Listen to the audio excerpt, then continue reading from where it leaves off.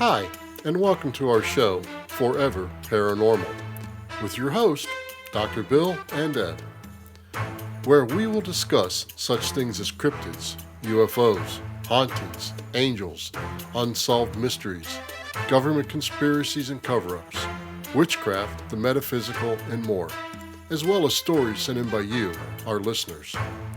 If we can connect a paranormal element to it, we'll talk about it. And you may be surprised by what all is connected to the paranormal. Please don't forget to follow, rate, and share the show, since it would not be possible without you, our listeners.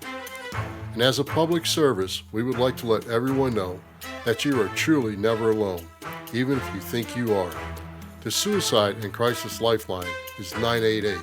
Just reach out.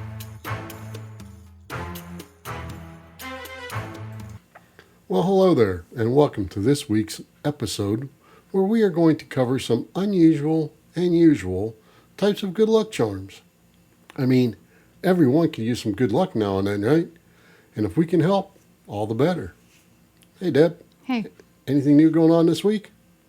No, can't say there is. How about you? No. Any new mysterious gifts suddenly show up? No, none that I've noticed. Oh, okay. That's kind of good, I guess. Mm-hmm. All right. As we said, we're going to talk about good luck charms. And some of the more typical types of good luck charms are things like a rabbit's foot, a four-leaf clover, horseshoes, finding a penny heads up, an I Ching Chinese coin, seeing a rainbow, and ladybugs. It's funny, as you know, I had a pet ladybug when I was a child. Her name was Helen. And I don't remember how long I had her, but she mysteriously disappeared before we moved into a new house. Funny, huh? Anyway, I like to hear she could have been a good luck charm. One belief is that if they land on you and you count the spots, that will tell you how many years of good luck you will have. Another belief is if you think about what you would like to happen, it may increase your chances. Kind of like wishing on a shooting star. Yeah, I guess. And I've also heard in some cultures, if one lands on you when you first get married, it'll tell you how many children you're going to have. Oh, boy. I'm glad we didn't see one with lots of spots. Me too. Me too. Okay, so some of the more non-typical and strange types of good luck charms are mojo bags, scarabs.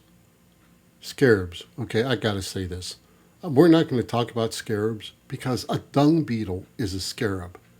And how can anything that rolls up crap into a ball for its entire life be lucky? I don't know. So we're not even going to go there. It does what? A dung beetle, it rolls up crap into balls. I've never heard that. That's what dung beetles do. Oh. All right, so then we got pigs, a gris-gris, amulets, talisman, and more. There are thousands of lucky charms throughout the world, and we are only going to touch on a few of them. If you have a favorite one that we didn't cover, send us an email or comment on our Facebook page and tell us about it. And I know, for the record, a gris-gris is from the voodoo religion and includes such items as amulets, talisman, voodoo dolls, charms, incantations, and spells, and are all used to bring someone good luck. The voodoo doll is a gris-gris, but can be used as a religious object or a superstitious one, depending on how the user treats it. The voodoo doll is usually a small, soft doll representing a person. Though the extent of physical detail may vary, this doll lying alone on a table is no different from any other type of doll. However, the sharp pins which accompany the doll to make it a voodoo doll.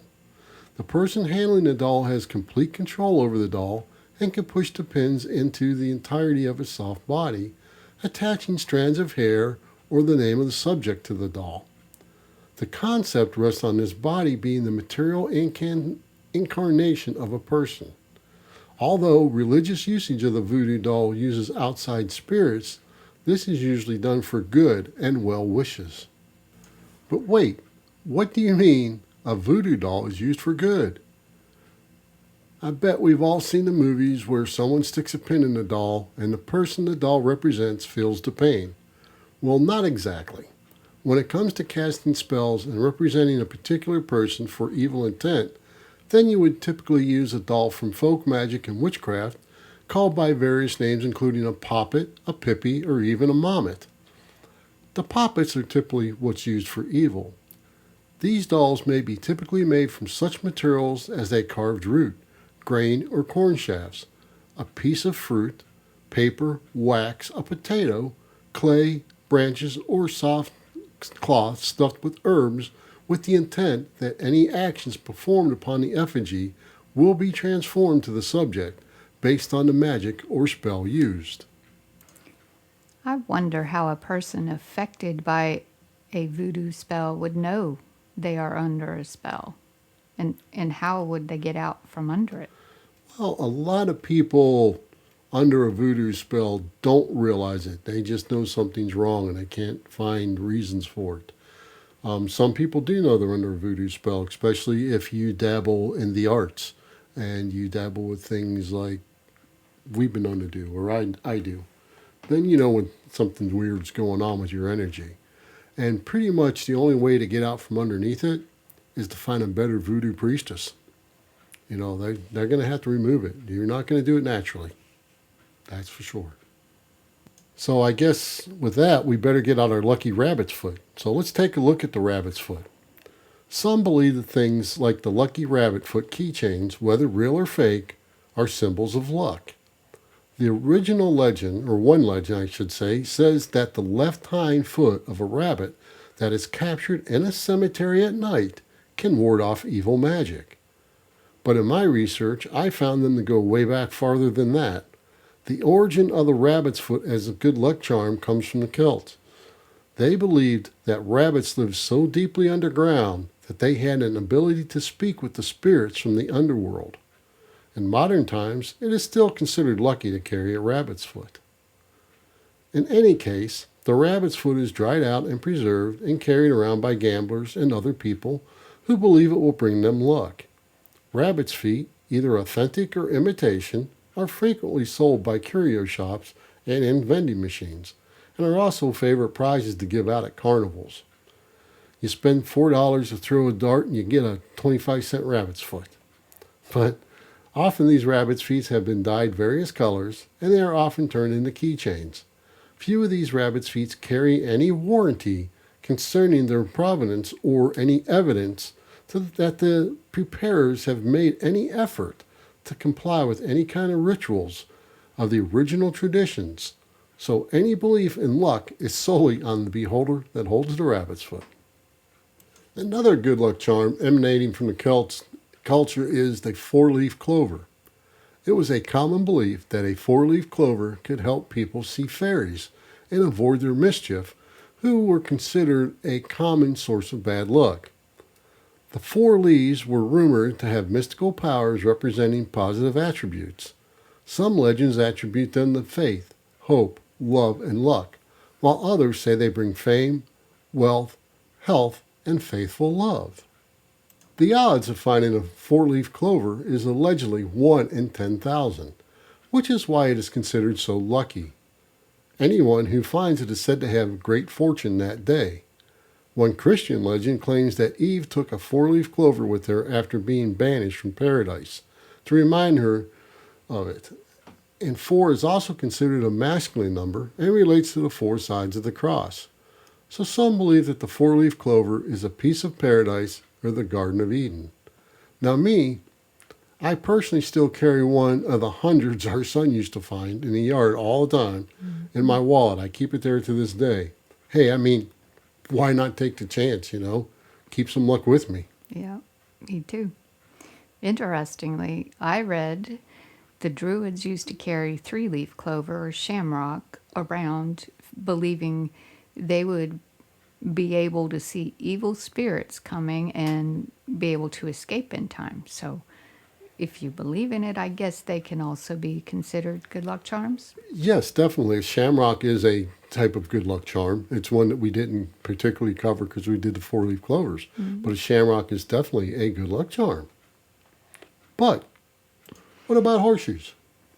Horseshoes are one of the oldest lucky superstitions, with various legends from different cultures attributing lucky powers to them. The true date of the origin of a horseshoe is still debated among scholars and archaeologists to this day, and it ranges from the ancient Druids to 400 BC, and yes, the origin game of horseshoes still is strongly debated as to its origin. They say that the game of horseshoes has been around as long as horseshoes. So, did they come from the Druids, 400 BC? We know that the Romans had them. Who knows?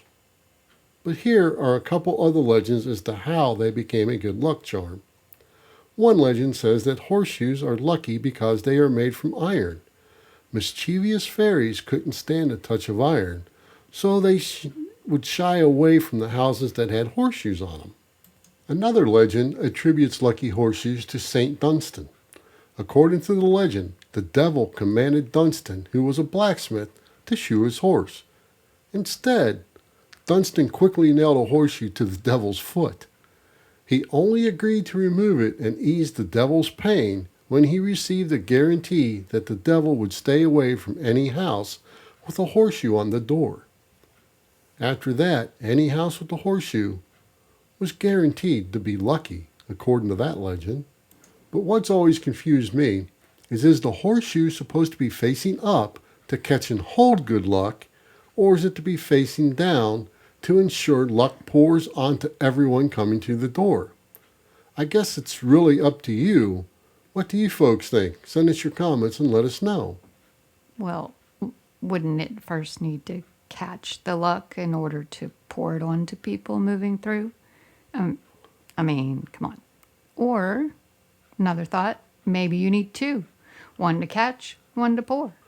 I don't know. I guess it's like the chicken or the egg. Which came first? We don't know, do we? Oh, here we go. Yeah. So let's just move on. Okay.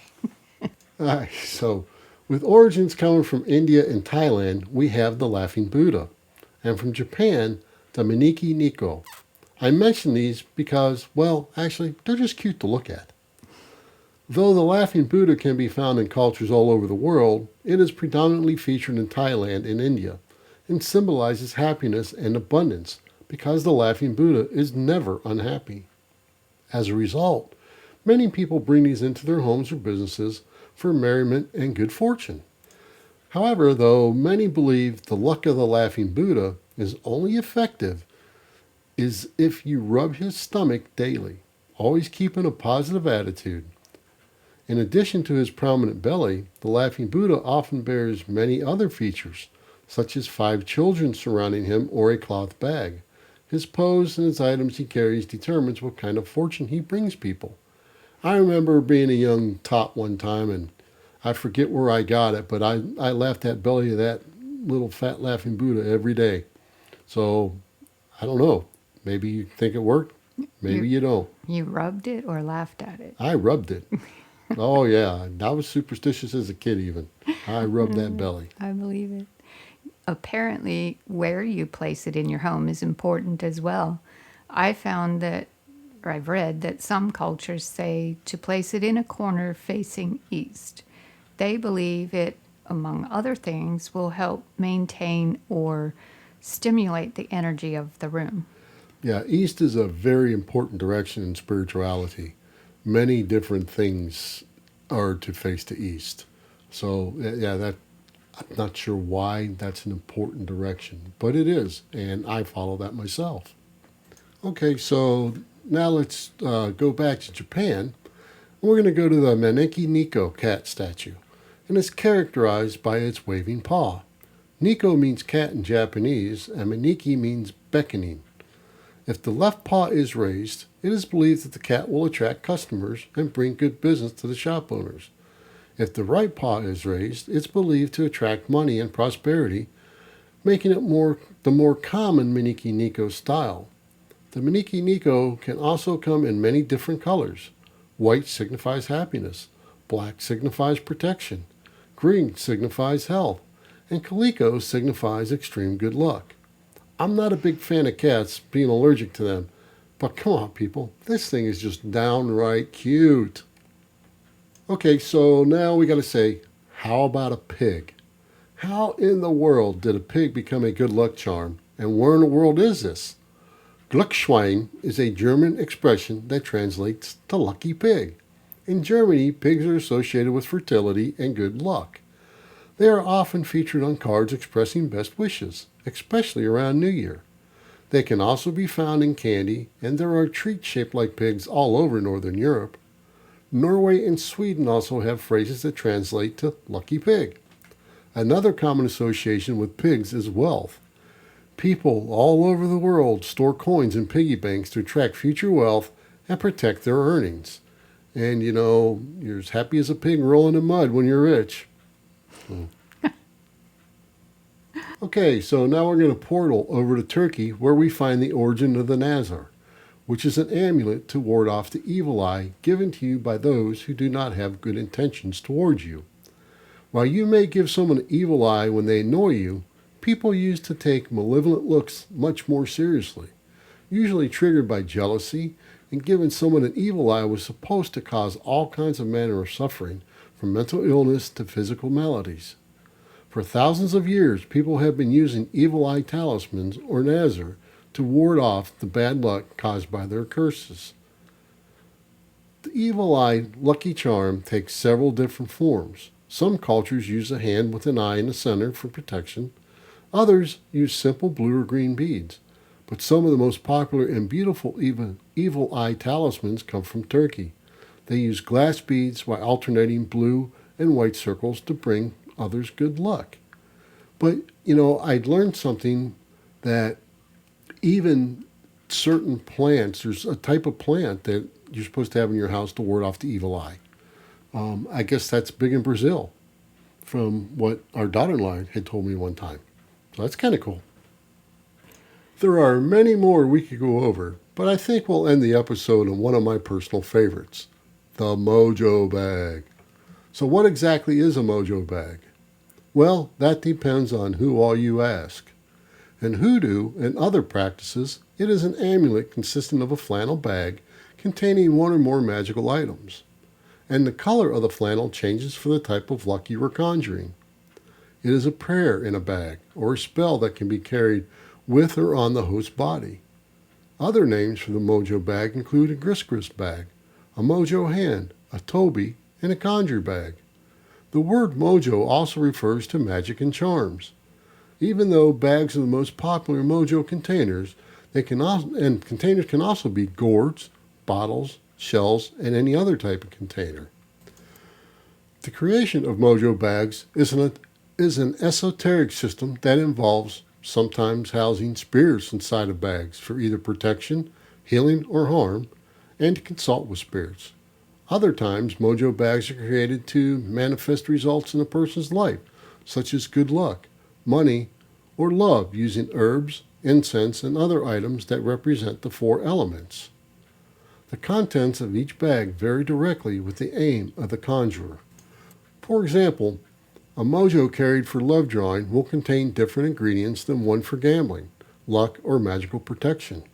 Ingredients can include graveyard dirt, roots, herbs, animal parts, minerals, coins, hair, fingernail clippings, crystals, good luck tokens, and carved amulets.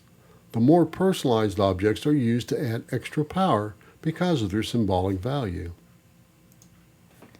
Is there a significant meaning behind the type of material you use for the container, like flannel? What does that mean? Well, yeah, the use of flannel bags for mojo bags was influenced by the Pakongo people's Minkissis from Central Africa. And flannel was a material that most slaves were provided for clothing. And in hoodoo, red symbolizes protection from evil and spiritual power. So if they were able to take material and sew a bag like they did a lot in Africa, then they would do that. Or that's why they would use a bottle or gourd, something to put it in, just something to hold it. But people could always steal a little bit of cloth from their clothes, and that's why it became a bag more than anything. Does a person have to make it for themselves to reap any benefits? No, not at all. I've made you one. And root workers make people mojo bags all the time. Most people don't do that kind of work and don't understand how to do that kind of work. So they find a root worker or a spiritualist or a witch or something like that to make them a mojo bag. And a lot of people buy them. How would someone know if they are in receipt of a good or bad mojo bag? Not questioning you, but other people. Well, I guess it depends on whether you trust the person that's making it for you. If some stranger walks up and hands you a mojo bag and say, here, this is for good luck, I wouldn't even touch that. I mean, I would jump back 10 feet and say, get away from me, because I don't know them, right? And you have to have faith in the person that's conjuring up your mojo bag for you. So I guess it's up to that, the faith you have in the conjurer. And with that, the reason it's important is because there is a process to correctly creating a mojo bag. A ritual must be used in order to successfully prepare a mojo bag by being filled and awakened to life. This can be done by smoking incense around it and candles, or maybe breathed upon to bring it to life, or a combination of both. Prayers may be said, and other methods may be used to accomplish this essential step. Once prepared, the mojo bag is dressed or fed with the liquid such as alcohol like whiskey or rum, perfume, water, bodily fluids, some combination of oils, herbs, and things like that. And this is typically done on a weekly basis. And the reason to feed the mojo bag is to keep it working, since it is alive with spirit. Mojos are traditionally made for an individual, so they must be concealed on the person at all times. Men usually keep the trinkets hidden in their pants pockets, while women are more prone to clip it to their bra or worn on a chain underneath their shirt. These are also commonly pinned to their clothes below the waist, and dependent on the type of mojo, the hiding place will be crucial to its success, as those who make conjure bags to carry love spells sometimes specify that mojo must be worn next to the skin. It's also really bad luck for anybody else to see your mojo bag. You don't want to show it off, you don't want them to see it or anything else, so the mojo bags I make for myself and you and other people, I use different colored flannels for different purposes, just like candles or anything else. But I always put them inside a plain brown flannel velvety bag, so no one knows what's inside. And inside is your colored special mojo bag. So if somebody sees it, they're not actually seeing your mojo bag. They're only seeing the container that it's in. So that way you can't lose your luck. So, Deb, what do you think? Should we post the instructions on how to create a mojo bag for good luck on the website? Yep, You think so, huh? I do. Okay. So I'll go ahead and I'll do that. And I'll post the instructions for a simple good luck mojo bag on the website. And also I'll tell you how to bring it to life and feed it. And, good luck if you want to try it. And may it bring you the blessings you desire. And with that, folks, thanks for listening. Until next time, when we discuss another tale yet to be told. Thank you for listening, and remember to like and share the show. We would also appreciate a 5-star rating wherever possible to help new listeners find the show. We welcome all questions or comments you may have about this or any other episode, and our contact information can be found in the show notes of this episode. You can also follow us at foreverparanormal.com. And if you'd like to support us, you can buy me a coffee at buymeacoffee.com/foreverparanormal. The links to these are also in the show notes of this episode.